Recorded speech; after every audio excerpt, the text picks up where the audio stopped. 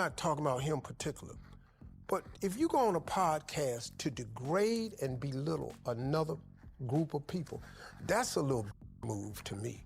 That's just real to me. I don't, if y'all ask me on the show, man, I don't want to talk negative about nobody. That's why I say, man, like, I would apologize to him, or I would say, ask the brother what's wrong, because I really want to know, In Hollywood, the most dangerous things are not always the scandals people can see. Sometimes, it's the stories that were never fully answered. Because right now, Steve Harvey's carefully built image, the motivational speaker, the family man, the from nothing to everything success story, is starting to face questions that are getting harder to ignore. Not from enemies, but from old interviews, old court filings, and resurfacing accusations that are suddenly finding new life online. And it didn't start with headlines. It started with silence, breaking. Because when his son Jason Harvey was involved in a disturbing 2024 incident, people didn't just react to that moment. They started digging backwards.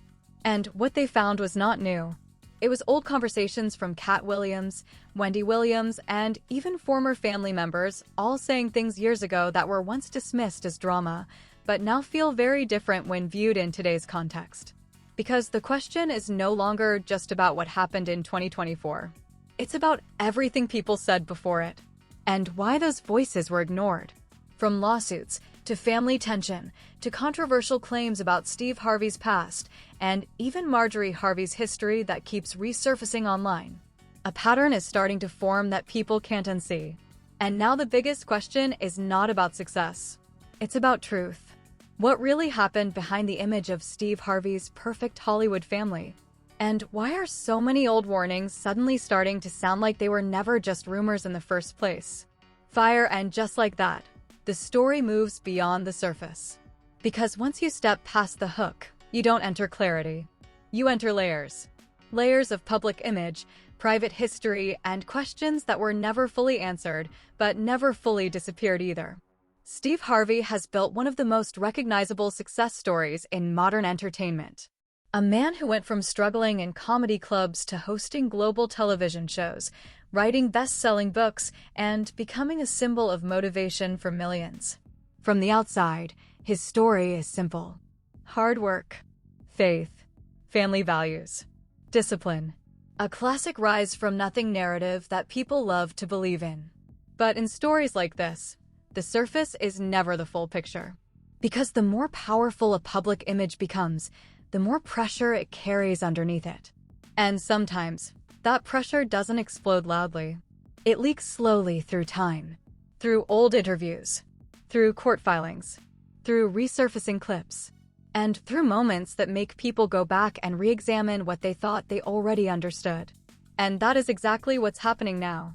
The trigger point, at least for many viewers online, is not one single event. It's a combination of things resurfacing at the same time. Old claims from Katt Williams, old comments from Wendy Williams, and long-standing discussions around Steve Harvey's personal history that never really faded. They just stayed quiet in the background. For years, most of it was treated as noise. Industry drama, jealousy, rumors that successful people face when they rise too high. But time changes how information is received. Because when new events happen, especially something serious involving family, people start revisiting old narratives with a different mindset. And that's exactly what happened when Steve Harvey's son, Jason Harvey, became part of a disturbing incident in October 2024 involving a psychedelic substance situation that quickly escalated into a police response. The details of that night were chaotic. Emergency calls, body cam footage, panic inside an Airbnb, and medical emergencies involving multiple people. Jason Harvey reportedly admitted involvement with the substance. And while the situation eventually stabilized without turning into something even worse, the damage in public perception had already begun. Not just because of what happened, but because of what it reminded people of. It reopened older conversations about the family. And once those conversations reopen online, they don't stay isolated. They expand. People begin searching, rewatching interviews, pulling old clips, re-examining statements that were once dismissed. And that's when something interesting started happening. Old interviews from Katt Williams and Wendy Williams started circulating again. Not new statements. Old ones. The kind people had seen before and moved on from. But now they were being watched differently. Because context had changed. Katt Williams had previously questioned aspects of Steve Harvey's rise and personal narrative, including the widely told homeless to success story. Wendy Williams had also made comments suggesting that certain parts of that story were not fully accurate, and that Steve's public image was more controlled than people realized. At the time, these were treated as celebrity opinions. Entertainment industry talk. The kind of statements people scroll past without deeply engaging. But now, with a real-life family incident in the background, those same clips started feeling heavier. Not because they became automatically true, but because they were no longer easy to dismiss. And that shift is important, because public perception doesn't change based on one moment. It changes when multiple disconnected pieces suddenly start forming a pattern. And that's what people online are trying to do now: connect dots. Some of those dots go back to Steve Harvey's personal history, his rise in comedy, his relationships, his public image evolution, and the way his life story has been told repeatedly across different platforms as a motivational example. But now, people are asking a different kind of question. Not, how did he succeed? But what parts of the story were simplified for the public? And that is where things get complicated. Because success stories in entertainment are rarely raw and unfiltered. They're shaped, edited, refined into narratives that audiences can easily understand and emotionally connect with. Steve Harvey's homeless phase story, for example, has been one of the most powerful parts of his public identity. It's inspirational. It fits the motivational structure perfectly. But over time, different voices, including former collaborators and comedians, have questioned how that period has been described publicly. Not necessarily denying struggle, but questioning intensity, timing, and framing. And when multiple people across different years start raising similar questions, even without formal proof, it creates something else: sustained doubt. Not certainty, but doubt that lingers. And now that doubt is resurfacing again. Alongside another layer: family structure. Because people online have also started discussing the visible differences between different parts of Steve Harvey's family. The children from his first marriages, the adopted children from his marriage with Marjorie Harvey, and how publicly visible each group appears to be in modern media. Some point out that Marjorie Harvey's children, especially Lori Harvey, are highly visible in fashion, entertainment, and social media spaces, while Steve's biological children are less present in mainstream narratives unless something specific brings them into discussion. This doesn't automatically mean anything is wrong. But in the world of public perception, patterns often become questions. And questions spread faster than explanations. Then there's Marjorie Harvey's own past, which has also been repeatedly discussed online. Her previous marriage to Jim Townsend. Federal drug-related convictions connected to that period. And long-standing rumors and claims that have circulated through blogs and interviews for years. Legally, Marjorie Harvey was never charged in connection with those federal cases. But the presence of that history alone has kept it in public discussion. Because in celebrity culture, even unresolved associations become part of narrative identity. And once again, all of this exists in the background of Steve Harvey's polished public image. Motivational speeches, relationship advice, family-centered messaging, a carefully maintained tone of stability and structure, which is why the contrast feels so sharp when old controversies resurface. Not because they are proven in a new way, but because they interrupt the simplicity of the story people were used to. And that interruption is what creates curiosity. And curiosity drives deeper investigation, which is exactly what audiences are doing now. They are not just watching current events. They are reconstructing history. And that reconstruction is not always accurate, but it is powerful. Because once people start connecting past interviews, old lawsuits, and recent incidents, the story stops being linear. It becomes layered. And in layered stories, perception becomes unstable. So at this point, we are left in a very specific space in the narrative. a space where nothing is fully confirmed. But nothing is fully ignored either. Not with answers, but with a buildup of questions that are now impossible to completely unsee. And, just like that, the questions don't go away. They get louder. Because once a public narrative starts to crack, it doesn't break all at once. It starts pulling in everything around it: old interviews, forgotten clips, past accusations, and conversations that once felt irrelevant. And suddenly, they don't feel irrelevant anymore. They feel connected. That's what's happening now in the Steve Harvey discussion. After the resurfacing of old comments from Katt Williams and Wendy Williams, the conversation doesn't stay focused on one event or one family incident. It expands.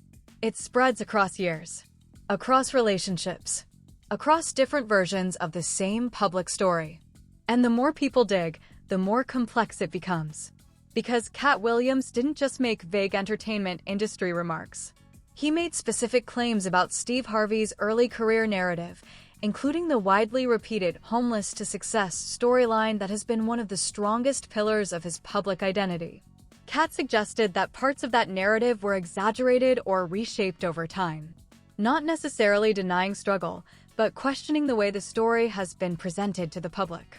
And Wendy Williams, in past commentary, also questioned similar aspects, stating that certain parts of Steve Harvey's origin story didn't align with how it was popularly told. At the time, these statements didn't carry major consequences. They were treated as entertainment industry talk, celebrity opinions, noise in a larger media ecosystem where drama is constant and attention is short-lived. But now, the environment has changed.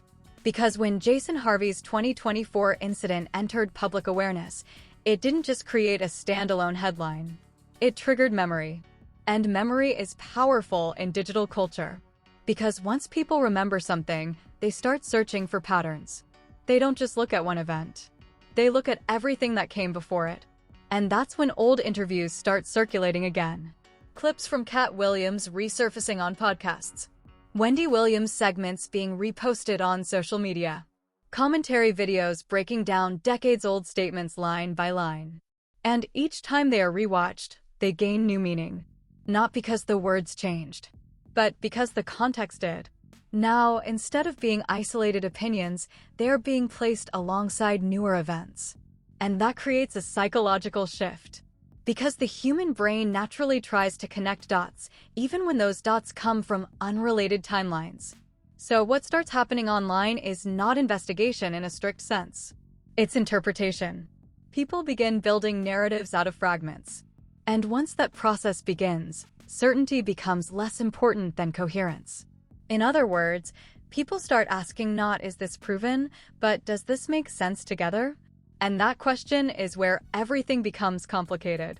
Because Steve Harvey's public image is built on clarity. His brand is simple. Motivation, success, family values, structure. That's what makes him relatable to millions of viewers. But when audiences begin layering in old controversies, lawsuits, and resurfaced claims, that simplicity starts to feel less stable. Not because anything is confirmed, but because the story becomes multidimensional. Now there is another layer people are discussing: the internal family structure. Steve Harvey has children from different relationships. Some are biological, some are adopted through marriage. And online discussions often compare visibility levels between them. Marjorie Harvey's children, particularly Lori Harvey, are highly visible in fashion, media, and celebrity culture. While Steve Harvey's biological children are less frequently featured in mainstream narratives unless something specific brings attention to them. Again, this does not prove anything on its own. But in public perception, imbalance often becomes curiosity. And curiosity often becomes speculation. And speculation spreads faster than explanation. That's how modern media ecosystems work. Then there is Marjorie Harvey's background, which has also been part of online discussions for years. Her previous marriage to Jim Townsend, who was convicted in a major federal drug-related case, is frequently referenced in commentary about the family. Marjorie herself was never charged in connection with those federal investigations. But the association alone has kept the topic alive in public discourse. Because in celebrity culture, legal separation does not always equal narrative separation. People still connect names, timelines, and relationships into broader interpretations. And now, all of this is being re-examined together. Old interviews, old legal cases, old commentary, and a recent family incident. Individually, each element can be explained in isolation. But together, they form a narrative environment that feels heavier than any single piece alone. And that's what drives engagement online. Not confirmation, but accumulation. Now here's where the psychology of public perception becomes important. Because when people are exposed to multiple unresolved narratives about a public figure, they don't always conclude guilt or innocence. Instead, they enter a state of interpretation. They start believing that there is more to the story, even if they don't know what that more is. And that belief alone is enough to sustain ongoing discussion. Which is why this topic keeps resurfacing. Because there is no clean closure point. No single statement that resolves everything. No unified explanation that ties all elements together. Instead, there are fragments. And fragments invite interpretation. Meanwhile, Steve Harvey continues to maintain his public presence in the same way he always has. Motivational speaking, television hosting, family-oriented messaging, carefully controlled public appearances. But in the background, audience perception is no longer as unified as it once was. Some people continue to see him exactly as before, a success story, a symbol of resilience, a figure of inspiration. Others now view him through a more complicated lens, one shaped by resurfaced interviews, old accusations, and the emotional weight of unresolved public narratives. And both perceptions exist at the same time. That's the key shift. Because modern media doesn't replace one story with another. It stacks them. So now Steve Harvey exists in two narratives simultaneously. The constructed public image and the reconstructed online analysis. And neither fully cancels the other. Instead, they coexist, creating tension, curiosity, and continuous debate. And that's why the story doesn't stabilize. Because every time something new happens, even something unrelated, it can reactivate everything that came before it. Which brings us back to the central dynamic of this entire situation. It's not about one event. It's about how multiple events interact over time in the public imagination. And once that interaction begins, it rarely stops on its own. The picture becomes even clearer, but not simpler. Because now we are no longer just dealing with individual claims or isolated incidents. We are dealing with a layered narrative system where every new development reshapes how the past is viewed. And in that system, nothing ever really stays in the past. And at this point in the story, everything starts to come together in a way that feels less like separate incidents and more like one long chain of events that people are now looking at all at once. Not because something new suddenly appeared, but because the old pieces never really stopped existing. They were always there, just not being discussed in the same breath. Jason Harvey's 2024 incident becomes the trigger that pulls everything back into focus, and once that happens, the conversation shifts from one night of chaos to a much bigger question about the family as a whole and how all these different stories connect or don't connect. What really stands out here is how quickly the internet blends timelines. Something that happened recently gets placed right next to something that happened years ago, and suddenly it feels like it's all part of the same moment. That is exactly what happens in this case. Old interviews, past claims, legal disputes, and recent events all get pulled into one continuous narrative, even though in reality they were separated by years, different circumstances, and completely different contexts. But online, context gets compressed, and what remains is perception. That perception is where everything starts to shift.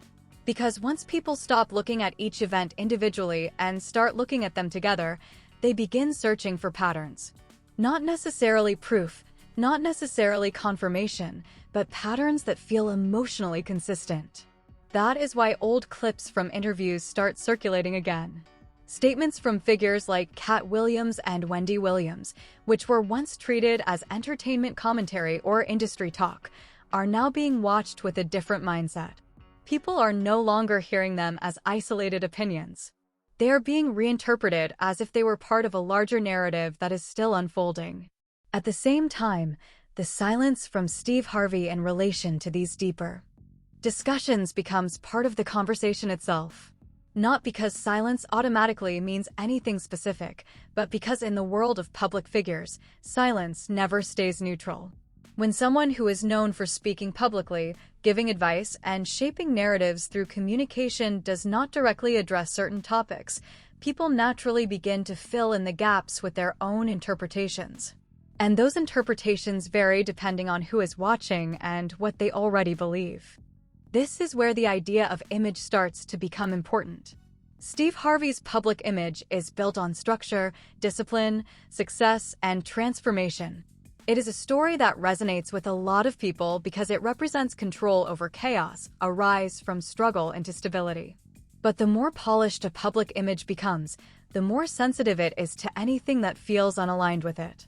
Even if individual incidents are unrelated, when they are placed side by side in public discussion, they can start to feel like they are challenging that image, simply because they exist in the same narrative space.